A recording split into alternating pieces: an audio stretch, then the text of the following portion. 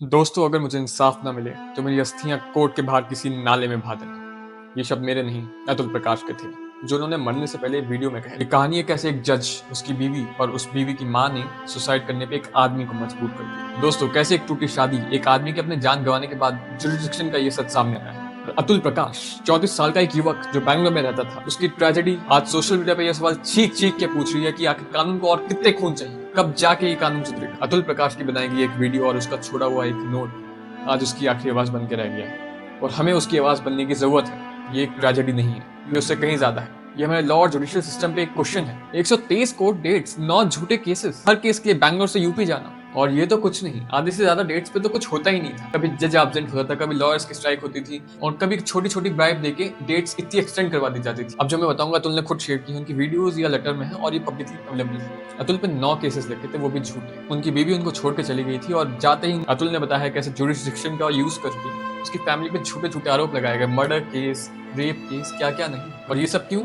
ताकि कुछ एलिमनी मिल सके। पहले 1 करोड़ मांगा और 1 से सीधा 3 करोड़ चले। एक बाप के प्यार का फायदा उठाया गया। अपने छोटे 3 साल के बच्चे से ये लिखवाया गया कि मुझे 3 लाख की जरूरत है। और ये बात तब है जब वो औरत अच्छी कंपनी में 40-50 लाख की नौकरी कर रही थी। जब वो इतना परेशान हो गए तो उन्होंने कोर्ट में कह दिया कि ऐसे आदमी सुसाइड कर लेता है। ये सुन के उनकी वाइफ ने बोला तो सुसाइड क्यों नहीं कर लेते। ये सुन के जज हंसी। मदर इन लॉ के शब्द थे कि अगर तुम सुसाइड कर भी लेते हो तो जितनी भी प्रॉपर्टी है वो हमारे नाम हो जाएगी और तुम्हारे माँ बाप जब मर जाएंगे उनकी प्रॉपर्टी भी तुम्हारी बेटी के नाम ही होगी। और बात करते हैं जज की, तो उन्होंने बताया कैसे जौनपुर के कोर्ट में जो जज हैं रीता कौशिक, वहां इतनी ब्राइबरी फैली हुई है कि उनसे कहा गया कि 5 लाख दे दो, हम ये केस रफा दफा कर देंगे। उनके बगल में जो क्लर्क बैठा है वो 500,000 रुपए लेके डेट आगे पीछे करवा देता था। तो आज उनके मौत की वजह यही लोग हैं। और ये मामला मेन या वुमेन का नहीं है। यहाँ पे कंगना बोल रही है कि 99% वुमेन के साथ ऐसा होता है, इसलिए कोई ध्यान नहीं देता मेल पे। तो क्या 1% की कीमत नहीं है? और ये डाटा तो बिल्कुल गलत है। अतुल प्रकाश जो एक एआई एनालिस्ट, एक मैकेनिकल एक्सपर्ट, उनको खोना कोई देश के लिए दुर्भाग्य से कम बात नहीं, वो भी इस तरह। एक ब्राइट प्रॉमिसिंग फ्यूचर एक टॉक्सिक रिलेशनशिप और जुडिशरी की वजह से बर्बाद हो गया। अब मैं उनके मरने से पहले की कुछ आखिरी इच्छाएं रखना चाहूंगा जो उन्होंने अपने नोट्स पे लिखी थी। उन्होंने कहा था मेरी अस्थियां मत बहाना जब तक मुझे इंसाफ ना मिले, और अगर इंसाफ ना मिले तो मेरी अस्थियां कोर्ट के बाहर किसी नाले में बहा देना।